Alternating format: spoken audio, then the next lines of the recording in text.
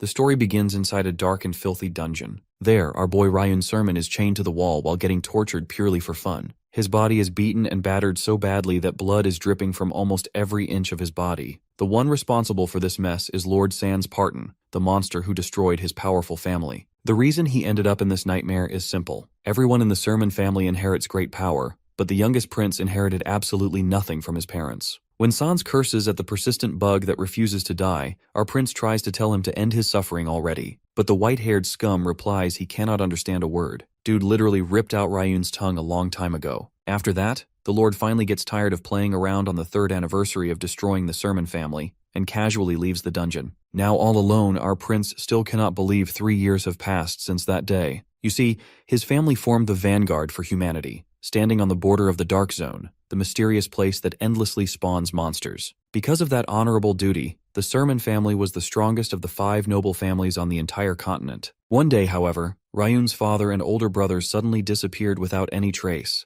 No one knows what happened to them, and that moment became the beginning of their downfall. Lord Sans Parton saw this as the perfect opportunity to take them down. He used every dirty method he could find to drag the family into ruin during the chaos. His real objective was the Sermon family's dragon blood, a special blessing that only true descendants are gifted with. It makes them so powerful that they can become 7th-rank archmages in their childhood and swordmasters at just 15 years old. However, the former demon lord Arkan's curse can nullify that blessing. It only affects one child every few centuries, and unfortunately, our boy was the unlucky one who got cursed. That is why he could never learn how to use a sword or cast magic. Sitting there alone, he cries over the helplessness that allowed the Parton family to destroy his home so easily. To make things worse, the Psycho Lord tortured and experimented on him for 3 long years after ruining his life. Still, he is now so tired that he can't even get angry. He feels his death creeping closer, so he quietly closes his eyes so he can finally rest in peace. However, the world clearly has other plans for him. Our boy wakes up again. He is stunned because he sees a familiar face calling him young master. He is seriously confused about how his maid and caretaker Colin is standing right in front of him. As things start making sense, he orders her to bring him a mirror urgently. He is stunned again as he stares at his young self in the reflection, so he asks her what year it is. When she confirms the year, Ryun feels the earth disappear from under him when he realizes he somehow went back to the time he was 12. You see, this is not just any normal point in his life. This is the year everything began to fall apart, and the Parton family started making their moves. When he recalls the Golden Lord's final words about granting his wish, everything becomes clear. Just then, a dignified man who heard about him collapsing enters the room,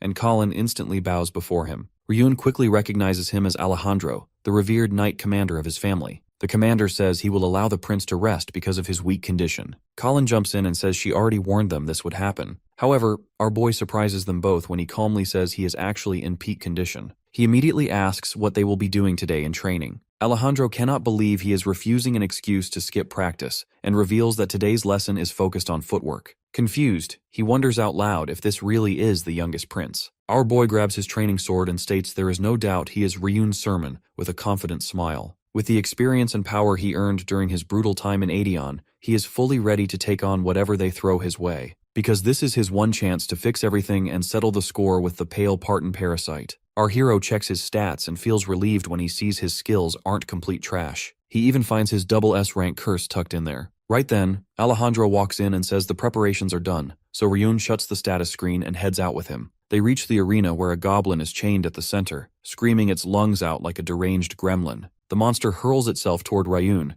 but the chains yank it back in place. The tension around them spikes, and Colin begs the Knight Commander to stop this madness because the young master's condition isn't exactly ideal. Ryun gets that she's doing this for him since he couldn't even stand near monsters yesterday. He locks in now and tells himself he finally gets it and knows what he has to do. The system keeps flashing warnings that Arkan's curse is kicking in again, the same curse that turns monsters into nightmare fuel for him. As he looks at the status screen, he finally understands what the curse actually means. He readies himself with a deep breath. Alejandro says that he can take a rest for the day, but Ryun says that he is nowhere close to being done and steps forward. The goblin lunges the moment he moves, and its swipe catches him off guard. He slides backward out of pure fear before he forces himself to stop. He scolds his own brain and says it is just one smelly goblin, and he has no need to be afraid. He cracks a grin and thinks that this goblin does not even come close to the pressure that Lord had back in Aedion. That presence alone froze him like he was nothing. Compared to that, this weak little creature barely counts as a warm-up. He lifts his sword high and slams it down on the goblin's head with a clean, satisfying thunk. The Knight Commander and Colin both freeze with their mouths open.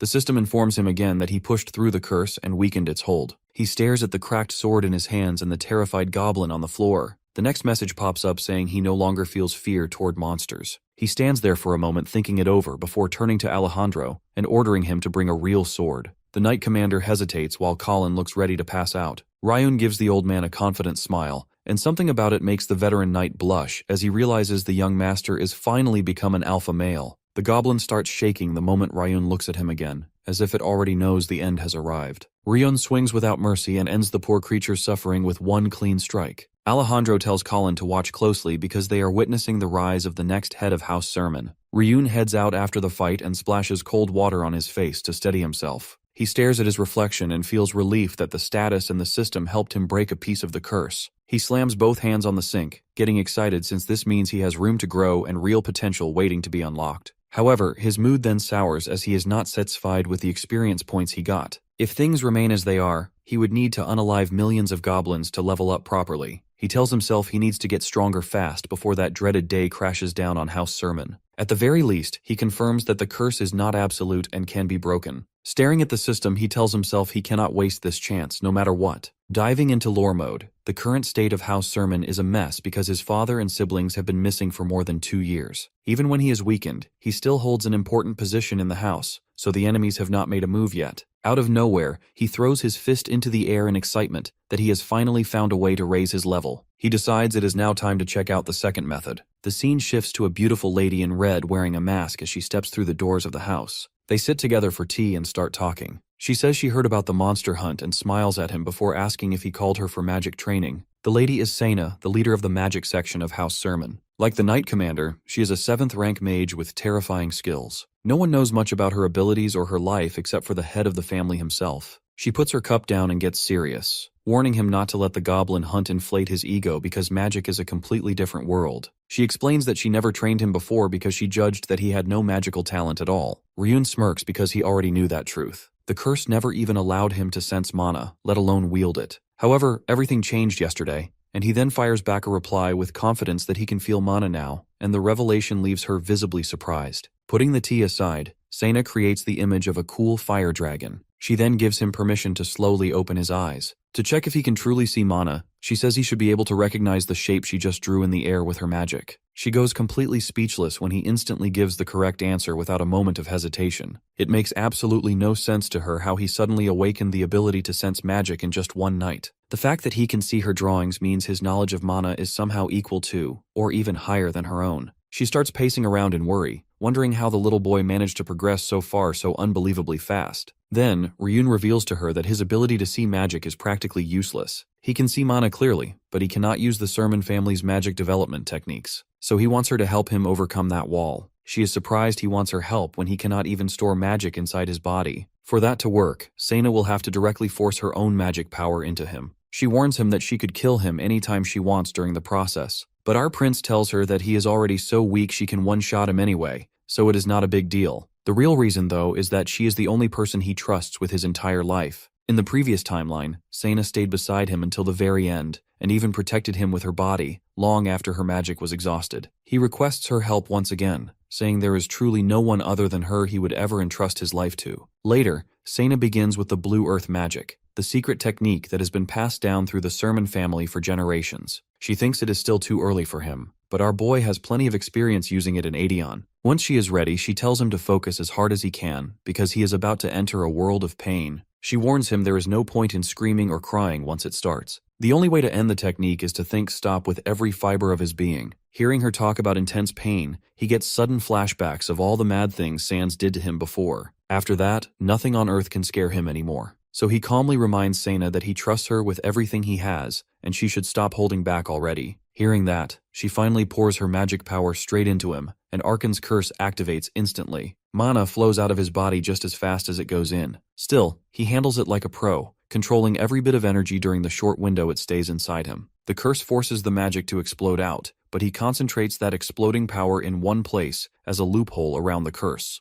Sena cannot believe her eyes because none of the energy she pours in is leaking out. Ryun keeps pushing forward even though every vessel in his body feels like it is about to burst open. But he does not hesitate, considering all the near-death fights he survived back in Aedeon. In that hellish dimension, he became the strongest human magician alive. Even after the timeline shift, every last technique he mastered there is still perfectly etched into his memory. Suddenly, he absorbs all of the concentrated energy into his body, and Sena immediately stops flooding him with mana. Ryun collapses to the floor and curls up from the overwhelming pain. But this pain is nothing compared to what he endured before. All the torture and experiments San's doctors performed on him for research were way worse. During one of those nights, he saw a black-robed figure break into the basement and slice down the doctors. The masked man dragged him out of the basement, even though he was badly wounded himself. When Ryun woke up later, he learned it was actually Alejandro who rescued him. The commander apologized for not saving him sooner, before the monsters in white coats did all that damage. Even then, Ryun was grateful just to see him again after being separated for 3 long years. Unfortunately, their reunion was cut short when the Parton family's guards appeared and rained arrows into the intruder's back. Reliving that tragic nightmare, Ryun snaps awake in the present with tears in his eyes. While he is relieved his magic experiment worked, he is also irritated that the nightmare ruined the moment. He steels himself and decides he will use this newly gained power to make sure that kind of ending never repeats again. Even though he is much stronger now, he knows he must keep his growth hidden, so the Parton family does not catch on too soon. To make sure they cannot interfere, he quietly makes a new plan. And the first step of that plan is to break the Sermon family's enemies ahead of schedule, long before the Partons get the chance to destroy it. Sometime later, Ryun scratches his head and announces that he failed the magic cultivation procedure. Both Sena and Alejandro freeze because they have no idea what he is talking about. After a short stretch of silence, he decides that he cannot tell them the whole truth, even after everything they have done for him. He normally never hides anything from them, but he figures that explaining his situation would only make things worse. Flexing his hands, he tells them that he tried his best, yet cannot feel even a shred of mana right now. He tells Sena she can check as many times as she wants. She accepts the offer and steps forward without hesitation. The mage activates her magic detection spell and grabs his hand as mana flows from hers. She states in shock that such a result is impossible while he puts on a calm smile. Pulling her hands away, she confirms that there is no trace of mana left anywhere in his body. Her voice shakes as she says she was certain she felt mana flowing through him the day before. Depressed and frustrated, Sena wipes her eyes and takes her leave while Ryun calls out to her. As the door closes, Alejandro turns to him and reminds him that he still has night training to focus on. Our hero gives a nervous smile and claims he cannot do that either. He gives a half-baked excuse that he barely ate properly after the last training session, which Colin can also confirm. That single statement drains the color from the Knight Commander's face, and he falls into a quiet depression of his own. Around 2 months later, Colin barges into Ryun's room and says with tears that he did not come out today either. With his father and brothers gone, the lady of the house carries all the duties and keeps things running. However, even she is slowly reaching her limit now. Colin heads back to the kitchen, and the other servants ask if the prince refused to come out again. The butler sighs and says it has been 3 months since the young master last slayed that goblin. Now he does not even answer Alejandro. Another maid then mutters that people often lose themselves when they try to change too quickly, and that hoping for him is useless now. Colin snaps at her and tries to defend the young master, saying that he tried his best that day. Her fire dies down the moment they casually call him by his old nickname, the bad luck of the Sermon family. Out in the city, people took it even further and started calling him the useless rubbish of the Sermon family. Hearing that, his loyal maid jumps and reminds the yapping man that he is only 12. But the butler tells her that expectations are everything when it comes to a noble. The other maid reveals that almost everyone is quitting one by one. The butler admits that he plans to stop working himself soon. He then asks Colin what choice she will make, but she stays silent. The scene then shifts to Ryun, who is calmly enjoying a medium-rare steak. He notices that the quality of the meals is dropping, which tells him that everything is about to hit the fan. Instead of panicking, he smiles like a devil while thinking that things are moving exactly the way he wants. He figures that the past version of him would have desperately tried to fix everything and eventually withered away. The new him is built different. He plans to lie low and make every enemy believe he is weak and defenseless. Then once an opening appears, he will strike without mercy and destroy them all. He recalls that the downfall of the Sermon family began the moment the head of the house went missing and the search party never returned. His older brothers vanished under similar circumstances, and their funding slowly dried up. The training ground that once overflowed with activity now has only a handful of weak knights left. The strong families who once hoped to form ties with them quietly abandoned them too. However, Ryun isn't bothered that much by the situation, because the peace and silence let him live his secret life comfortably. Even so, he is still dissatisfied with how slowly the family is declining and wants to push things along. Just then,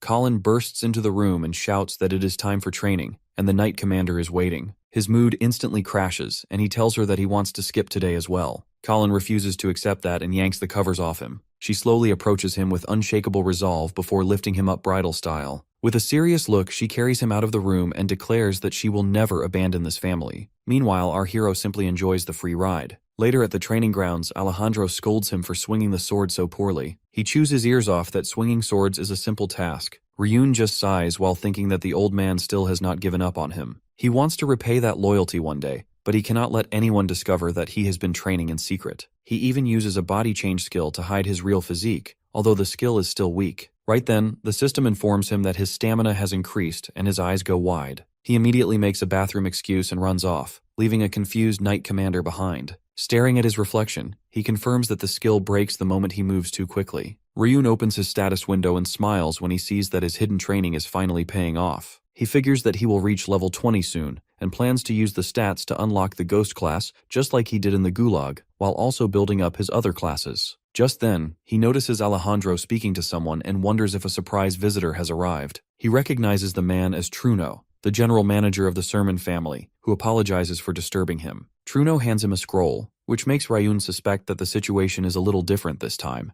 However, the events have not changed. Alejandro already guesses what is going on while our hero reads through the letter. It states that the second prince of Darren Kingdom, Kyle, has invited him to the prince's birthday celebration. The young master smirks, pleased that the final piece of his plan has fallen into place. Soon, our prince is on his way to the Darren family's birthday party while still half asleep. Last night, Colin had too much fun playing dress-up with him so he could look as dapper as possible. She desperately tried to come along too, but she and his other retainers cannot accompany him. Unfortunately, the Knight Commander was sent out to control the sudden attack at the border. The monster assault was completely unexpected. Meanwhile, Sena had to leave urgently because her mother ordered her to return home right away. In the end, that leaves a 12-year-old family head with crippled social skills going alone to represent the entire Sermon family. Truno assures him that he should not worry too much because the Darren family is not foolish enough to pull anything. But Ryun believes that kind of safety only applies to the former Sermon family. Usually the family would simply send a retainer to attend these frivolous events. Now in its current state, our young master has no choice but to show up at a birthday party as the official house head. He does not mind it though, since he still feels responsible for the fast collapse. A few hours later, his carriage stops outside the Darren household. There, he finds Kyle Darren himself and an entire troop of maids waiting to receive him. Truno shows gratitude for the grand welcome in Ryun's place. However, our boy clearly senses the countless eyes aimed directly at him. As he walks through the reception, he hears all kinds of strange rumors and theories about the Sermon family's downfall and failures. Our prince simply smirks at them, because he already planned for all of this to happen from the start. He digs himself deeper when he opens with a weak hello to the nobles with no class or respect. That bold power move makes everyone in a 1-mile radius collectively facepalm in disappointment. Later in the dining room, one of his escorts is surprised that the young prince has not left his room in 5 whole days. The point of coming 1 week before the actual party is to build relations. But the escort team captain tells him to keep his hopes low. He points out the fantastic disaster Ryun displayed during the reception. He cannot believe the boy is shut in his room, because the rich people's food out there will be to die for. There is everything a man could ever want, including hot noble ladies. Just then, a man enters and informs the captain to gather his men, because the young master will attend the banquet after all. The two celebrate together, relieved that they will not miss out on the good stuff. The man also tells them to keep a proper report ready, while making sure they hide any mistakes the prince made. As for Ryun, he has been quietly training in his room till now, patiently waiting for the perfect time. While he did use the banquet to bribe his escorts into changing his report, his real plan lies somewhere else entirely. After all, the day of the banquet is the exact day when the bane of his existence arrives at the Darren household. All of the ladies chatting aloud go silent the moment Lord Sands steps into the place. Literally everyone around him tries to avoid an eye contact with him. Truno also tries to avoid his gaze, but Sans walks directly toward him without hesitation. Truno is left with no choice, so he starts flattering the guy about the great honor of meeting him in person. But Sans doesn't waste words. He openly says he heard the mighty Ryun Sermon also arrived at the party, and he would like to meet him. Truno pretends he has no idea what he is talking about, so Sans has no problem spelling it out for him, that he is talking about the Sermon family's biggest mistake who will bring them to ruin. Truno is shaken to the core. He knows that Sans is under a lot of pressure as the most talented mage in his family, but he never expected the guy to actually talk trash about the Sermon head in the Darren family's domain, which is directly under their authority. However, Sans quickly does an Uno reverse by saying the rumor must be fake. In fact, he claims he came to debunk the foolish rumor tarnishing the great Sermon name. But Truno does not buy any of it, since it is coming from the biggest dirtbag on the entire continent. It is said Sans started drinking at the prime age of 7, and even murdered one of his own subjects. At that moment, our boy makes a grand entrance with his escorts. Sans is exhilarated, while Truno nearly has a seizure,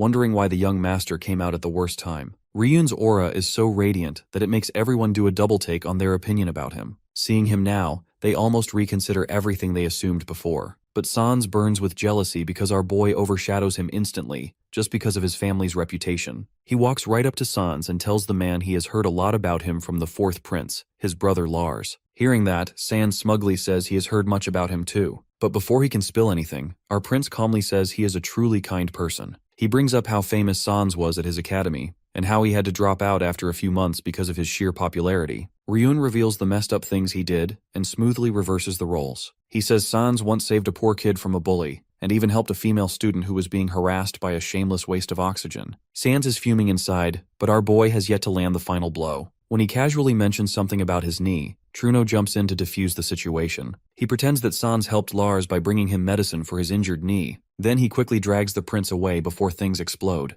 Meanwhile, our boy is satisfied after absolutely grilling the white-haired prick. Sans takes his bold and mocking insults as a clear declaration of war. However, planting pure rage in the man is just the second step in his growing plan. Back in his room, Sans loses all his cool and shatters a flower pot across the floor. His temper explodes as he yells out insult after insult about our hero. Thinking back on the conversation, he realizes that Lars must have discovered that he did not leave the academy, but was actually expelled. Clutching his head, he curses under his breath that all that pressure to keep the incident hidden ended up being useless. He remembers the talk about the knees, and tells himself that the truth behind that specific incident must never be revealed. A flashback hits him, where he struggles to maintain a confident expression while barely catching his breath. Lightning magic dances around Lars, who tells the noble that he has really messed up this time. Sans tries to make excuses, spitting out that he did not know the girl was his partner and was only trying to greet the commoner. Ryun's older brother stays cold and reminds him that, before anything else, each person at the academy is a student. He commands him to kneel right now. Lars warns him that if he does not apologize from the bottom of his heart, then the entire Parton family will be crushed, and he will personally dispose of him. Sans collapses to his knees in complete humiliation while Lars keeps his lightning aimed at him.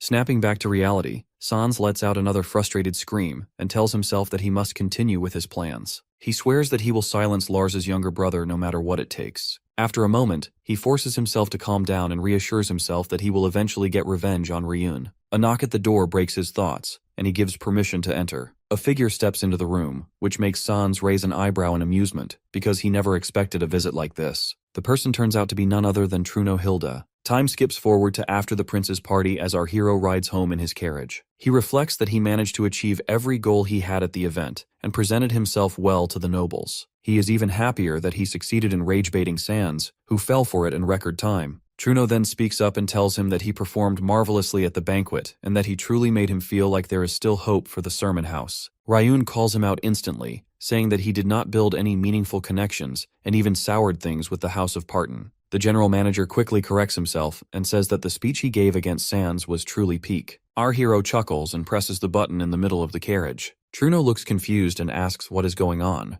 The guy nervously asks the young master why he activated the soundproof spell. Ryun calls him out, saying that if he truly believed there was hope, then he would never have chosen to betray the house. Truno starts sweating and stammers as he asks what the young master means by that. Our boy tells him that his crime is unforgivable, but he is choosing to let it slide since he did it for house sermon. The general manager lowers his eyes and quietly asks how Ryun found out. Our hero tells him that he has a choice to make right now, and the man can judge himself the same way he always did in the past. As the carriage keeps speeding forward, Ryun lets him in on the secret plan he has been hiding. The idea shocks the manager so hard that he just stares at the boy in disbelief, wondering how someone like him could think up something like this. The manager then buries his face in his hands and breaks into tears as he says that he wants to shout proudly at the top of his lungs right now. Ryun seems satisfied with the guy's choice and tells him that they have already passed outside the capital. Truno looks at him again and wonders how this kid can stay so calm when he knows exactly what is about to happen. He suddenly realizes that it is not a smile on the young master's face but a fierce, murderous intent instead.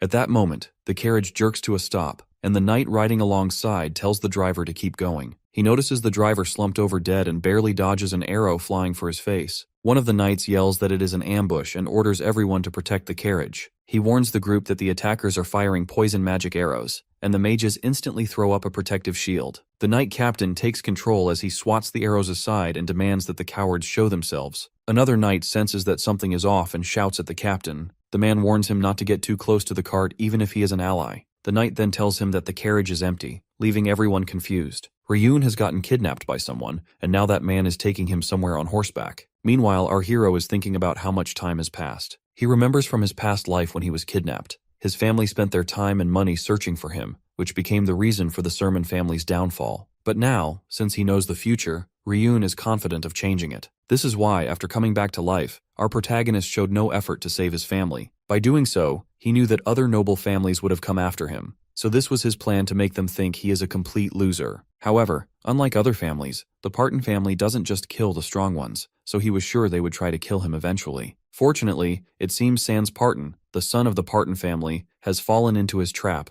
which means he will definitely take some action during his journey back to the capital, and that's why our boy was ready with a plan, along with Truno, who was actually sent by the Parton family to kidnap him. While lying behind Truno on the horse, Ryun orders him to act according to their plan, after which he will definitely forgive him. Alongside this, our protagonist is working on increasing his levels, which have now reached level 20. After some time, Truno reaches the destination and is about to hand over our boy, who is pretending to be unconscious, to Sans Parton. In reality, Truno is the head manager of the Sermon family who made a deal with the Parton family to sell the young master to them. Even though he was caught by Ryun, the Sans still thinks he is on their side since this is the plan. According to their agreement, Sans hands over the information Truno asked for, claiming they obtained it from the Asen family's intelligence, assuring its reliability. Seeing Truno still suspicious, Sans claims that, though they are also a noble family of the Drea continent, selling information is their main business. He gives Truno the documents, stating they contain all the information about eyewitnesses to the Sermon family's mission of direct descendants. Hearing this, Ryun finally realizes the reason Truno sold him, because he is a loser who can do nothing for his family and status. But his elder brothers are capable enough to regain what was lost, so Truno wants to find them. Although Truno knew the Asan family had this information, it was impossible for him to obtain it directly, so he used the Parton family. Taking his leave, Truno also pleads with Sans to keep his other promise, which is to return the young master safely to the Sermon family. Once Truno is gone, Sans and his servants walk up to our hero, and one servant asks whether he should kill him, but Sans Parton claims there is no need because his family will abandon him soon, as he is now the real culprit in their eyes. In order to carry out the main plan, Sans must go back. As the scene proceeds, our protagonist wakes up and finds himself locked in chains. Sans Parton is standing in front of our boy, mocking him about his pathetic condition as a son of the Sermon family. Although Ryun knows everything, he acts innocent and asks Sans the reason for being here. As Sans tells Ryun that he has kidnapped him, our hero threatens him about what is going to happen next. Since Sans thinks Ryun is a loser, he laughs it off. After this, Sans kicks Ryun's face, telling him his father and brothers must have died by now. Moreover, Sans mocks our hero by saying that Truno sold him to the Parton family in exchange for information about eyewitnesses to his brother's kidnapping so he can find them,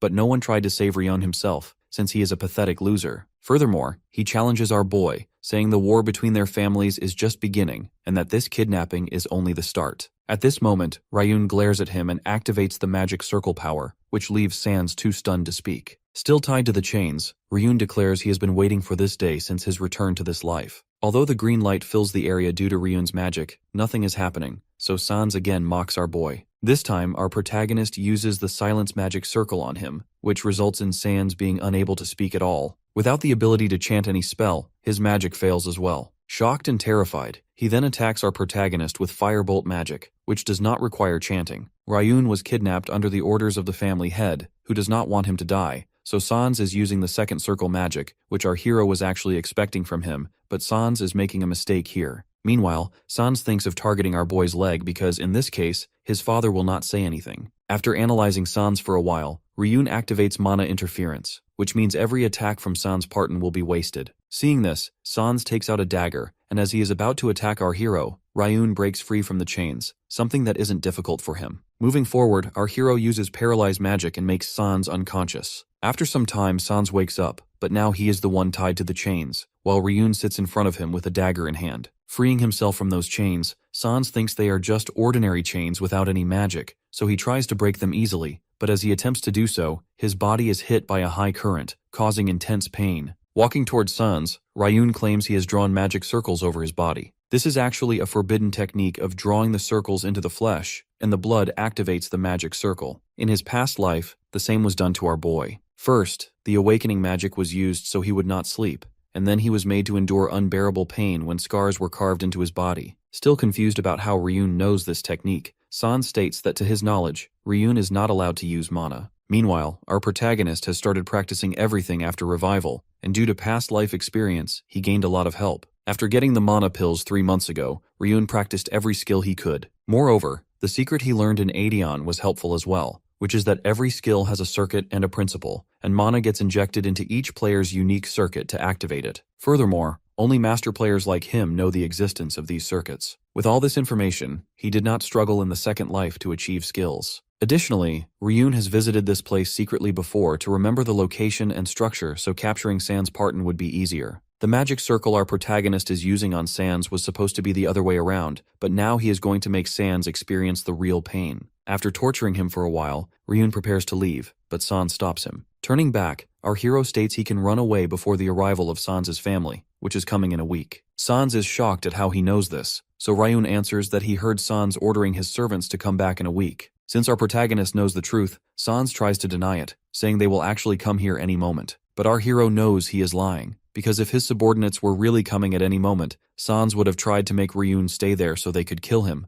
rather than telling the truth like this. Although Sans tries to convince our boy to believe him, Ryun walks away, already aware of the reality, and tells him he will come again tomorrow. Now he prepares for the arrival of the Parton family, who will come after a week. After 7 days pass, the subordinates stand in front of the place where Sans and Ryun are located. The leader asks if anyone contacted Sans during this period, and one of them responds that although they weren't in contact with the young master, they observed all the passages here throughout the week. The leader then enters the building because the head has ordered that the sermon child be brought back immediately. Although others attempt to accompany him, he suggests they remain behind. Descending the stairs, the man notices something unusual, but as he steps onto the magic circle, he is immediately attacked by it. To defend himself, he erects a barrier, yet now he is certain that something has happened to the young master. Observing the various magic circle traps scattered throughout the area, he wonders who set all of these up. He creates a double barrier to reach Sans quickly and to identify whoever is responsible for all of this. Reaching the room where Sans is kept, he finds him bound by chains, with blood from his wounds covering the floor. Breaking the chains, the man demands the name of the person behind this,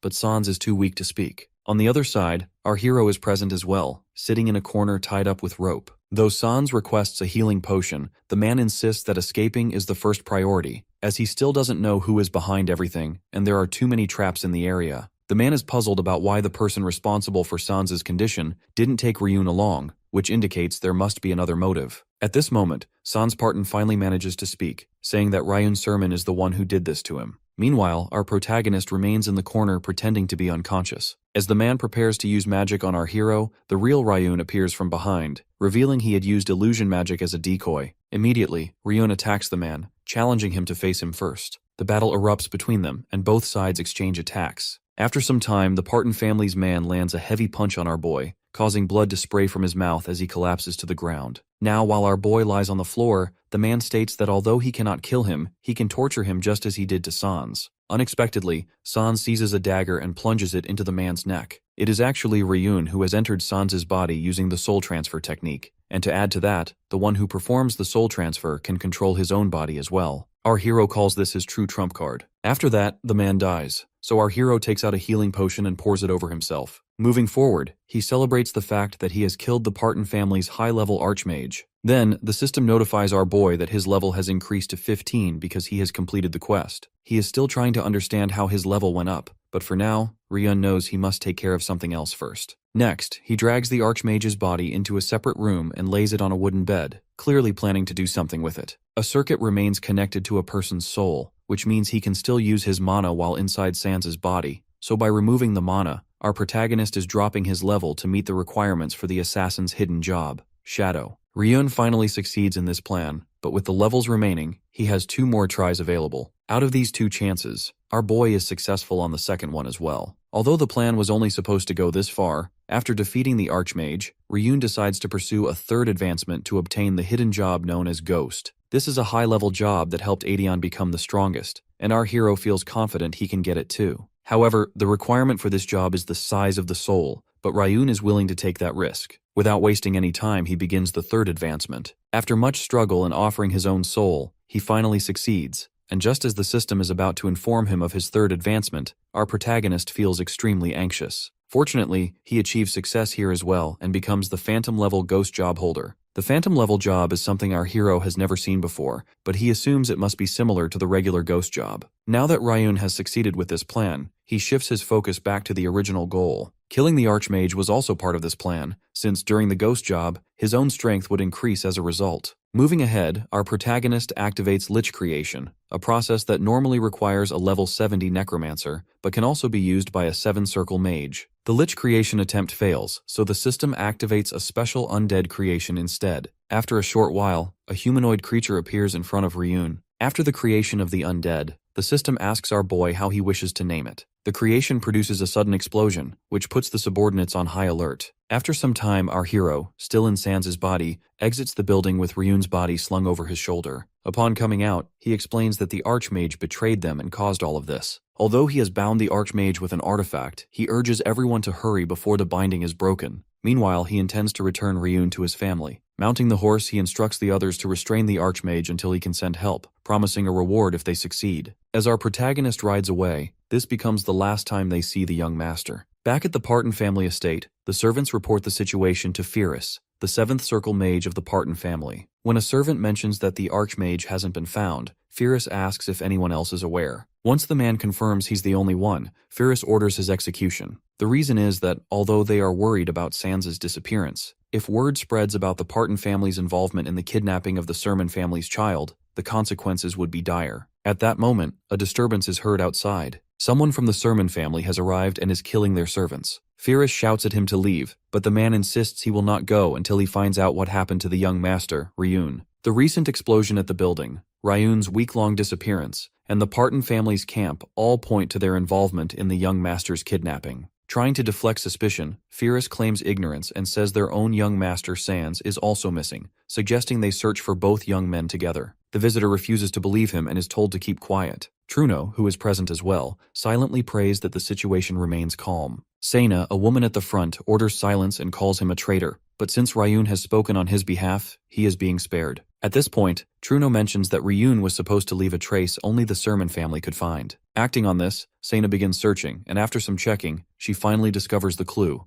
Sans Parton's body hanging from a tree, with a note stating, "I'm a kidnapper, please punish me." However, Sena finds a letter and begins to read it. In this letter, Ryun explains that his original plan was to remain in Sans' body and destroy the Parton family from within, but the risk of being discovered was too high. Furthermore, if he returned as Ryun, war would break out between the families, and the Sermon family was not prepared for that, so he is choosing to disappear for now. Sena burns the letter and tells Truno to return home. Meanwhile, a boy named Ryun runs through a town when a man calls him to the guild, saying the leader is looking for him. The boy is actually our hero. Later, Lady Sena learns that Ryun is, in fact, the Dragon of Drea. 3 months later in Painton, the capital of the Painstroy Kingdom, gossip spreads about the confrontation between House Parton and House Sermon. The cause of the conflict was a traitor from House Parton who kidnapped the bloodline heir of Sermon. Later, House Sermon had to accept House Parton's compensation. Still, they couldn't find either the culprit or the kidnapped son, making everyone doubt the Sermon family's claims. They were once a legendary household, but now they have completely fallen. At the Martin Assassin Guild, Sapphire, the Painton branch manager, sits observing the situation. She notes that the Sermon family seemed to need the compensation money more than they wanted to search for their remaining bloodline. Duns brings up the execution of manager Truno while gulping down his beer. Sapphire explains that he had been cooperating with the traitor, which is why Alejandro carried out the execution immediately, beheading. Sapphire feels a little uneasy. Alejandro is a swordmaster, a rarity on the Drea continent, and yet he performs executions himself. Ryun enters, greets his uncle Duns, and approaches Sapphire in her office. She hands him a recommendation letter to officially register him as a guild member. Although he still has one test left, she slides the letter toward him, saying the test will be meaningless for someone like him. After all, he reached the final stage in only 2 months, which is surprising. She praises his exceptional talent at such a young age, something they haven't seen in centuries. He tries to act humble, but she quickly sees through his performance, though it's still better than when he first arrived. 2 months earlier, Ryun had suddenly appeared at their relatively unknown guild and slammed a large sum of money on the table for an assassination request. Since the guild accepts any request as long as the payment is sufficient, she treated him as an important client once she saw the amount. She insists that it wasn't just about the money. She had a gut feeling that she wouldn't encounter another client like him. Disguised as a beggar but carrying a fortune, Ryun requested that the target of the assassination be himself. Curiosity was the only sane reaction. After receiving the letter, he leaves, wanting to read it alone. Meanwhile, a masked man named Carl arrives and asks whether she accepted Ryun into the guild simply because of her intuition. Sapphire explains that Ryun completed all his training in 1 month, something that normally takes 5 to 10 years. She asks if he was able to investigate Ryun's background. Carl reports that Ryun was raised by an unnamed master who later disappeared, and that Ryun joined the guild to find information about that master. Because of Ryun's unusual request, he was thoroughly verified before being admitted into the guild. Carl also visited the place where Ryun supposedly lived with his master, and confirmed that the place showed real signs of long-term habitation. What worries Sapphire is the possibility that Ryun might actually be Ryun Sermon, the missing young master of the Sermon family. Ryun appeared at their guild around the same time Ryun vanished. Carl reassures her that the possibility is almost zero. Ryun was known for having no mana, no swordsmanship talent, and terrible stamina, making it nearly impossible for the two to be the same person. He tries to continue his report, but Sapphire cuts him off. He can't act like a detective forever. Instead, she assigns him to search for information about Ryun's mysterious master. Meanwhile, Ryun listens to their entire conversation from his room using a necromancer skill. He realizes Sapphire has sharp intuition. He opens his status window and notices that the level consumed during his job change has returned. Investing mana into body domination had definitely been worth it.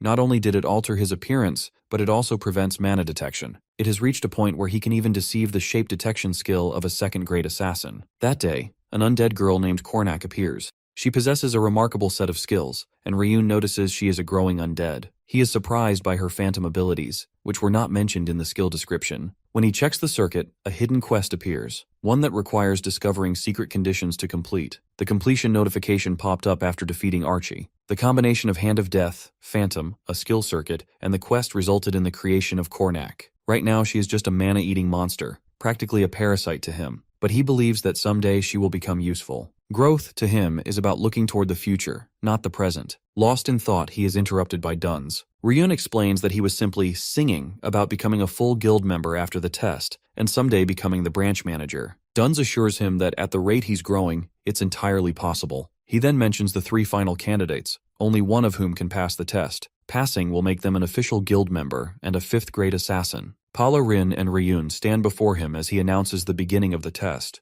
Duns asks for the target's information. Rin reveals details about Alok, a 47-year-old merchant who runs a store and always travels with 3 mercenaries as guards. 2 of the mercenaries are bronze-grade warriors, and 1 is a silver-grade mage. According to a rumor, he recently took a young concubine and visits her every night. During that time, the mercenaries give him privacy. Duns is impressed by the investigation done on the target. Not only that, Rin was also able to find a method to avoid the guards. The only thing that concerns Duns is the guarantee that the target will actually go to the concubine's room. Rin hadn't considered that, and Duns explains that this is exactly why Martong always gathers detailed information. He then turns to Ryun, asking for the information he obtained. Ryun questions whether he really has to reveal it, surprising the other 2 contestants. Even if they cooperate to complete the mission, they will not become formal guild members together. Only one person will pass the test. Because of that, he doesn't want to share any information. The 2 contestants are irritated, realizing they spoke too early. In the end, they are only colleagues. Ryun denies even being colleagues, saying they didn't learn that during training. Duns approves Ryun's response as the correct mindset and urges them to focus on their test. Discarding or using others when necessary is part of an assassin's nature. He asks whether the other 2 have anything to say, and they deny it in unison. Duns announces the start of the assassination test, and they all run off. He is reminded of the time when Ryun himself had to be assassinated.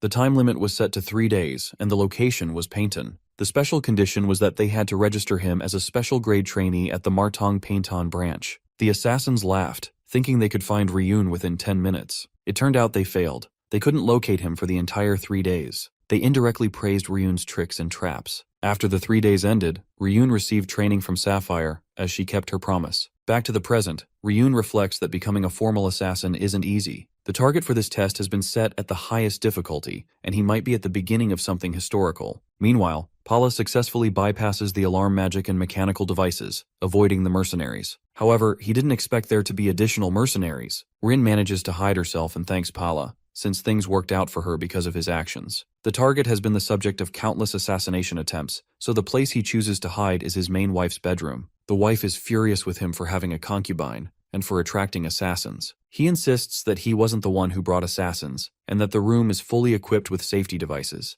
Rin overhears the conversation from the rooftop and decides to take down 5 ordinary soldiers around her so she can attempt a frontal breakthrough. Meanwhile, Alok's wife threatens him with a knife. She feels betrayed by his affairs and for taking the family's money. He tries to explain that the business funds were insufficient, but she knows he used that money to buy a gift for the concubine. Without hesitation, she stabs him in the heart, then bursts into tears as she realizes what she has done. Rin watches the target die at the wife's hands and is left confused, unsure whether her mission is a success or failure. She suddenly thinks about Ryun and realizes she hasn't seen him at all. She returns to report her failure, stating that the target was killed by the wife and not by her. She is shocked to see Ryun already back, wondering if he even went to the mansion in the first place. Paula returns safely as well. He escaped when the mercenaries began fighting among themselves. Duns announces that the commission was not a failure, because Ryun succeeded. Both contestants stand stunned as Duns explains that Ryun had controlled the wife and used her to kill the husband with his skill. Then, Duns asks for an explanation, and Ryun explains with an annoyed expression. He says that the solution lay between the target and his main wife, using the target's internal affairs,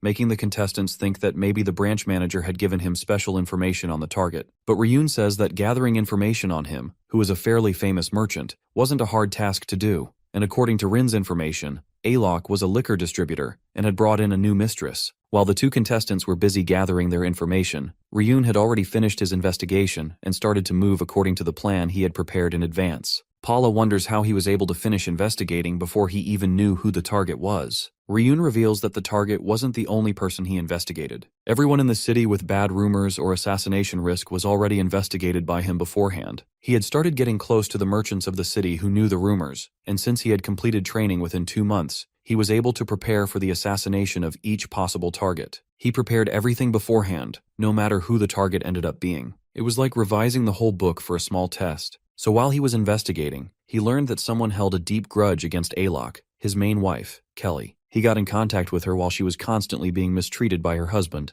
and he taught her a solution: to secretly commission the assassination guild. As the target kept ignoring his wife and bringing in mistresses, he also kept running his business using his wife's family money. Kelly hated him enough to kill him, but she didn't want him to die, so he told her that if she hired additional mercenaries and strengthened security, her husband would simply get scared and stay safe. So, in the last moment when he ran to his wife's bedroom, Ryun had already suggested to her that she should frame the assassination commotion as a plot by the mistress and her lover, and that he would then come back to his senses and return to her. Kelly was drunk, and she accepted the plan, and he admits that everything would have gone according to her wishes if it had proceeded only up to that point. But right before the assassination plan took place, he also gave her some more information. Her husband had spent all the money he took from her family while claiming it was for business funds. Basically, the test was pre-planned, and he smartly diverted it in his favor. Duns is still confused about how a civilian woman stabbed her husband to death. Ryun explains that the alcohol that was delivered was mixed with a potion he made with alchemy, because it would be dangerous if casualties occurred, so he mixed some drugs into the water that the mercenaries also drank, and it happened to activate at the right time. The drug had the effect of temporarily clouding judgment and making one easily angry. Paula realizes that the mercenaries fighting each other was due to the drug he created. So in simple words, everything went according to what he planned, and the information he leaked combined with the effects of the drug made Kelly even angrier to the point where she killed him. Then, Duns congratulates him on clearing the test. Ryun also informs Duns that he is about to receive the commission fee and an extra charge from Kelly because Kelly suddenly became a murderer, but it is still a fact that assassins infiltrated. Only they know that Kelly killed him and not an assassin, and she would pay anything to cover herself up for the crime she just committed. All of them are left stunned, considering how high his level must be since his work is really sharp and respectable. Duns sends the two contestants back but stops Ryun. He confronts him about what he has done, saying that the wife now has to live with the guilt of killing her husband for the rest of her life, and that there is something Ryun never took into consideration. Their guild makes assassins, not monsters. Ryun calmly explains that he viewed her as an ordinary woman until he realized that Kelly used to kill all the mistresses her husband had. Even Alok ruined many lives because of his drugs, loans, and running gambling dens behind his business. Kelly was able to hide all her killings due to her family's power, and her husband was tired of her. But he still didn't stop taking more mistresses even though he knew that every one of them would be murdered in the end. The mistresses' families are still looking for them, but Kelly's power easily conceals her crimes. These sorts of details are not normally revealed during an investigation, and this was, after all, an assassination request for a test case. Even if she didn't want her husband to die, the guild that received the request can only receive the full payment if the target dies. Then, Ryun questions whether the client's feelings or circumstances matter in an assassination attempt, because all they do is for money. He also says that Kelly never said she didn't want to kill her husband with her own hands. Instead, she tried to use the assassination request, and the request was completed in their own way. Even if the consequence is that she lives the rest of her life with guilt for killing her husband, it's none of their business. Duns wonders if conscience is unnecessary for assassins, and Ryun says that if they want to maintain their humanity, they should grow their power and change things from the root. No matter how much they search for conscience when taking assassination requests, there is nothing that can be changed, and then he walks away.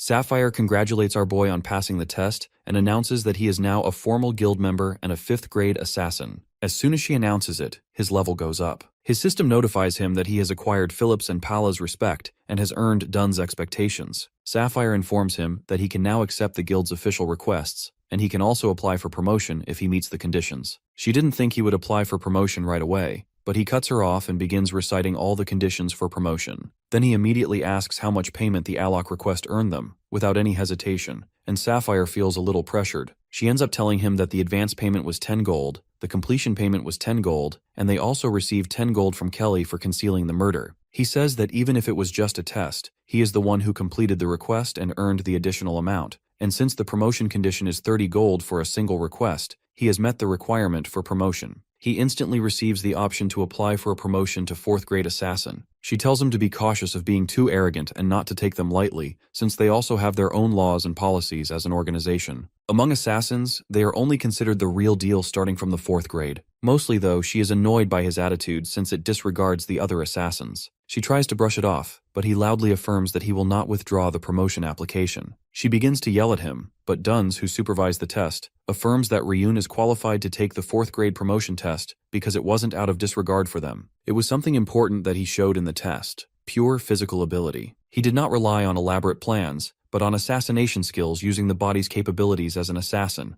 and he won the assassination attempt with brilliant strategies. And not just that, but they can also take this opportunity to gauge Ryun's skill level, or they could teach him a lesson he will never forget. Sapphire thinks back to the tag game. It was mostly trap techniques. She finally agrees to a promotion test and warns him that assassins must risk their lives for this test, and he accepts the challenge. Later at night, the three of them sit with Duns, and Duns informs him that the earliest the test could be conducted is in a month or two. Until then, he could train him. But Ryun politely declines the offer because he wants to rest until then. He informs them that he will be away from the guild for a while, and once he becomes a formal guild member, it is okay for him to leave the branch's territory. He assures them that he will return before the test, and that he will stop by the Martin branch to check for updates on the test. Then they continue drinking together until they feel fulfilled. Ryun knows that he won't be getting any free time after becoming a 4th rank assassin, because they receive requests continuously. Since the target is a branch leader, it's expected that there won't even be time to take a nap, so he needs to leave before that happens. He arrives at the Dark Zone, the land of the dead. Meanwhile, a noble sets out with his knights and sees our boy, immediately questioning who he is. Ryun gets up, saying his leg is injured and he can't walk anymore. He asks the noble to give him a ride to the village, or else he will die there. The noble acts arrogantly, saying he would have killed him if he weren't in a hurry. But Ryun clearly notices that he wasn't in any hurry at all. Ryun begs to be allowed on the carriage, and the noble, named Kenil, is instructed from inside the carriage to put the child inside. Kenil refuses and instead places him on the horse with him. While riding, Kenil questions him, and our boy introduces himself. The noble says he's only alive because of the young lady in the carriage, and he's lucky to have met her. But Ryun knows this wasn't luck, it was pure planning. The young lady was Sentin Rose, blood relative of the Rose family who bore the Rose crest. For that purpose alone, he cleared all dangers before departing,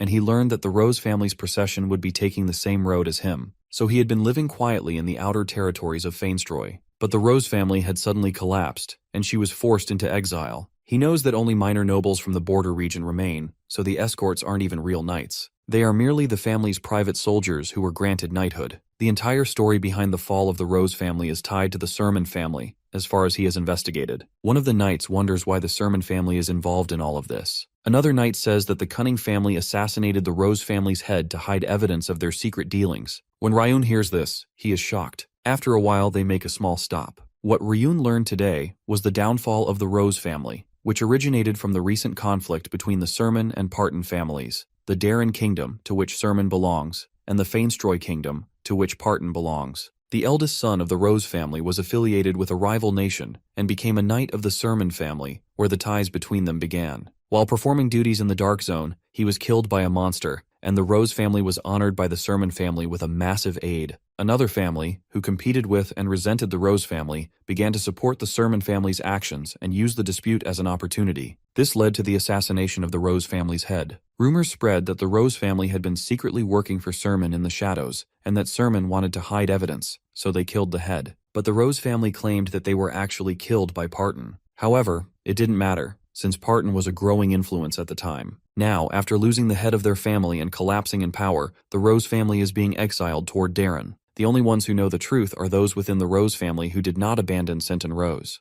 As Lady Rose sleeps inside her tent, the other knights are scattered around outside, some standing guard, others sitting by the fire listening to Kennel. He's going on about how the Parton and Ani families are actually the shady ones, while the Sermon family has always tried to help. The guards cheer at that, and meanwhile Ryun is quietly slurping down his soup beside them. One of the guards glances over at him, wondering if the kid is bored with all the political talk. Instead, Ryun raises a quiet concern of his own, questioning whether it's wise for them to speak so openly about such matters in front of a random child, especially in the middle of an exile mission. The guards just shrug it off and keep talking, pointing out that Lady Rose is the one who's suffering the most here. She, Kennel, and the newer knights lack experience, so they haven't fully realized how serious this whole mess is, especially when it comes to the Ani family. Ryun knows exactly what this means. The head of the Ani family is a hopeless womanizer who's had multiple assassination requests placed on him at the guild, requests Ryun personally rejected because the risk-to-reward ratio was awful. Despite his disgusting lifestyle, the guy is extremely cautious about his own security. And if someone that paranoid is targeting Lady Rose, then camping out in the open like this is pure madness. Just then, Ryun catches movement in the darkness, a quick leap behind them in the trees. Realizing it's a tail already following them, he decides not to risk alerting anyone by attacking. Instead, he slips away into the shadows and begins digging traps to slow down whoever's tracking them. By the time he gets back to camp, the guards stare at him in confusion, wondering why he's suddenly covered in dirt. They have no idea he's already prepared enough traps to stall the pursuer for a while. With that handled, and armed with the information he gathered from the Rose family earlier, he quietly heads back to his tent, intent on resting up so he can part away at dawn. The next morning, they start their journey again and eventually reach their destination, Dasam village. Camille glances at Ryun and wonders out loud what a little kid like him plans to do in a village so close to the dark zone. Ryun casually lies that he's a merchant who deals in monster materials, and with that, he gets ready to part ways. But before he can walk off, the knight stops him and hands him a healing potion, apparently on Lady Rose's orders. Ryun is caught off guard, but he accepts it, and the caravan heads out, leaving him alone with the potion. He chugs it immediately, and just as he does, a group of horse riders thunder past him. Ryun instantly recognizes them as the pursuit party, mercenaries, swordsmen, magicians, and leading them is Garuta Ani, the second son of the Ani family. They all race by without even glancing at him. Even so, Ryun's honestly surprised they managed to catch up so fast despite all the traps he set. Then something else catches his attention, the potion bottle. Up close it looks expensive. Naturally it makes him wonder what Lady Rose was thinking, giving something like that to him when she's basically living like a fugitive and her family has almost no chance of winning. Ryun knows Garuda will catch her eventually. It should have been none of his business, or at least it was supposed to be. However, now that he's taken their pricey potion, he can't shake the feeling that he owes them something in return. So with a quiet sigh, he opens his magic circles and summons Kornak. From all its power, he declares her first task. As the Rose family moves along quietly, Kennel suddenly hears something and instantly goes on high alert. He urges everyone to pick up the pace and motions for the lady to hang back. The others are a little thrown by the sudden orders, but they fall in line as Kennel makes it clear that mana users are chasing them. With the border coming up, he sets a backup plan that if the pursuers catch up, the two frontliners are to grab the lady and get her to safety as fast as possible. Taking charge, Kennel turns and rushes toward the pursuers, ready to buy time despite knowing the Ani family knights are far above his level. Meanwhile, the Ani family riding party arrives at the mountain pass, surprised to see only one knight standing in their way. At the same time, Kennel stops his horse in front of them and warns them to turn away, but is shocked when Garuta Ani removes his hood, revealing who he is trying to stop. Though his fellow party members consider it reckless to show his identity, Garuda doesn't care. Their mission is to kill everyone except Saintine. Without hesitation, he orders his men to bring the girl before they cross the border. As the mercenaries charge, Kennel tries to stop them, but he is struck by a mage's blast and falls to the ground. Badly hurt, Kennel struggles to gather himself, but to his shock, Garuda also brings up his own knight. Even more surprising, it's Siso, Kennel's former captain of the Rose Knights, who Garuda has lured over with money. Wasting no time, Siso clashes with Kennel and, in just a few swings, manages to knock the sword from his hand. Relentlessly, he tries to persuade Kennel to abandon the Rose family and serve a new master, but Kennel refuses, even if it means death. Hearing this, Garuda gives the signal to finish him off. Just as Siso is about to deliver the final blow, something strikes him in the back. It turns out to be a green flame from Kornak coming to the rescue. Without pause, she follows up with multiple blasts that kill Siso in an instant, though Garuda is shielded by his mage just in time. Meanwhile, back near the border, the Rose family riding party is thrown into chaos. With the carriage completely destroyed, only 2 knights remain to defend Lady Rose with everything they've got, while the 2 Ani mercenaries mock them for being so easily overwhelmed. As the situation grows more desperate, Lady Rose herself steps out of the carriage. Calm yet resolute, she orders her men to lower their weapons. Then, holding a knife to her own neck, she demands that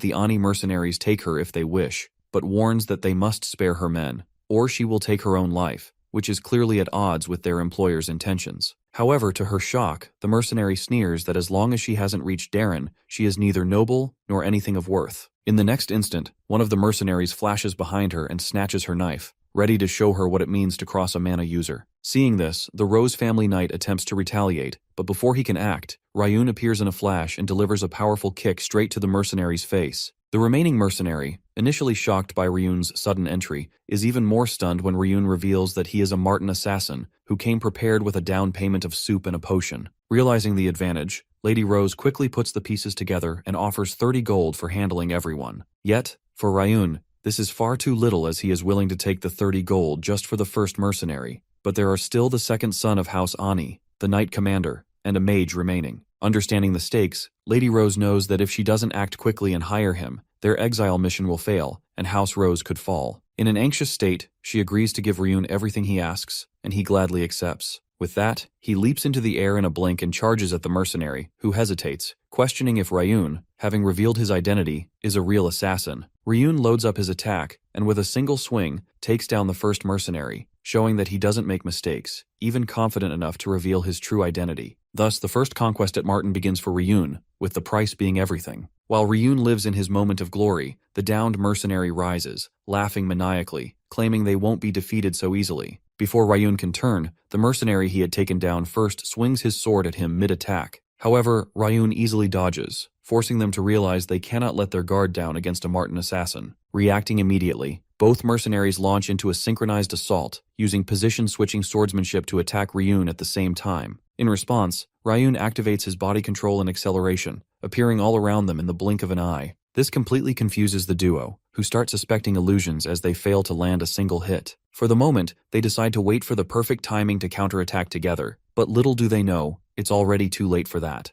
Ryun flashes in front of the men, revealing that he has already applied physical warnings and other curses on them. Before they can react, and as they begin to weaken, Ryun slashes them inside out, taking them down in a brutal blood splatter. As the sun rises, everyone gathers themselves, tending to the fallen and rebuilding the carriage. Around the same time, Kennel arrives. The moment he steps in, his first concern is for everyone's safety. Seeing him, Lady Rose feels relief and starts tearing up, while Ryun quietly knows it's all thanks to him. Curious, the guards wonder if Kennel took down all the pursuers by himself, but the knight reveals that he received help from a mage who appeared out of nowhere. With that aid, they were able to capture Garuda and defeat the traitorous knight. As they discuss the mage, Kornak herself arrives. Responding to Ryun's magic circle signal, she drops Garuda, wounded and beaten, from the spell. Seeing Ryun, Kennel recognizes him as the kid he helped earlier, but to his shock, Lady Rose reveals that he is an assassin from Martin. Recalling the fight, Kennel realizes that his presence might explain how the mage was able to take down enemies so easily while he was fighting. Hearing that he is from Martin, Garuda quickly tries to save himself, offering to pay triple to be let go, knowing that for an assassin, the reward matters more than the person. However, to everyone's shock, Ryun grows annoyed and uses his spell to cut Garuda into 2 pieces for talking too much. With that, he also makes his point to Lady Rose, showing what happens to those who try to skip their payment. Terrified, the lady agrees, and Ryun then approaches the reward, explaining that he doesn't want it immediately, understanding the Rose family's current situation. Still, he insists on a verbal contract for the deal, one that will remain secret. Once the agreement is set, he suggests they keep moving toward their destination, reassuring them that the guild will handle the corpses after they leave. With that, Ryun starts to leave, but Kennel, impressed by how thoughtfully he managed the situation, calls out to him. Ryun just winks in response, snaps his fingers, and vanishes before their eyes. This shocks the guards, but what truly surprises Kennel is that, despite the boy calling himself an assassin, What he summoned was not a normal undead, it clearly spoke in human language. On top of that, it almost simultaneously defeated Siso and the mage. Seeing this, Kennel realizes that if someone can command such a powerful undead, there's a possibility that Ryun might be a disciple of the most legendary necromancer, Veda.